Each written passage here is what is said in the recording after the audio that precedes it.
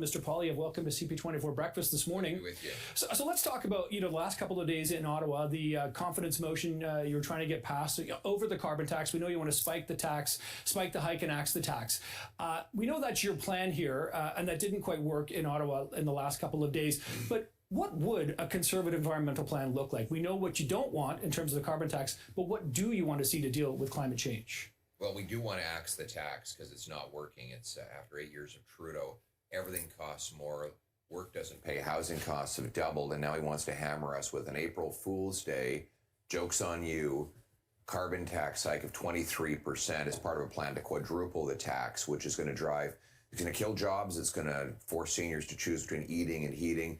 And so we moved a non-confidence motion to force a carbon tax election so Canadians can decide. We think that lowering the cost of alternatives is better than raising the cost of traditional energy we still need. We need green light green projects like nuclear power, hydroelectricity, tidal wave power, carbon capture and storage, so that Canadians have an abundant supply of affordable, emissions-free electricity and power. So again, here's the choice. Do you want to raise the cost of traditional energy we still need, like gas and home heating, or do we want to lower the cost of low emitting alternatives? And I believe in the latter. That's common sense.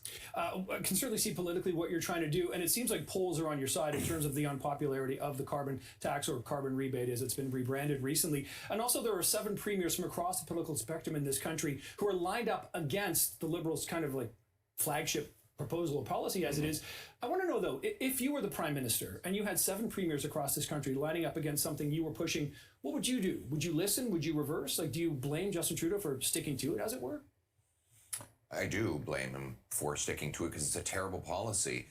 It's driving up the cost of food, for example, when you tax the farmer who produces the food and the trucker who ships the food, the grocer who sells the food. You tax all who buy the food, and that's why 2 million people are lined up at food banks across the country. 32% of food banks or charities are turning away Canadians because they don't have the resources to feed them.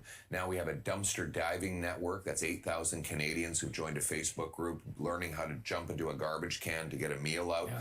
These are things, police had to be called in because there was a near riot at a food bank in Montreal last week because food ran out, people were hungry. This would have been unimaginable before Justin Trudeau. But after 8 years of doubling housing costs, of driving up food prices, he's given Canadians a misery. He's not worth the cost. He's not worth the crime. He's not worth the corruption. We need a common sense conservative government. And if you were in government, would you listen if 7 premiers were opposed to your... If 7 premiers aren't going to have to tell me to axe the tax. I will axe the tax with or without 7 premiers. My common sense plan is to axe the tax, build the homes, fix the budget, stop the crime. And the next election will be about the carbon tax. It'll be a gigantic referendum on whether you want a 61 cent a litre carbon tax or you want to axe the tax to bring home lower prices.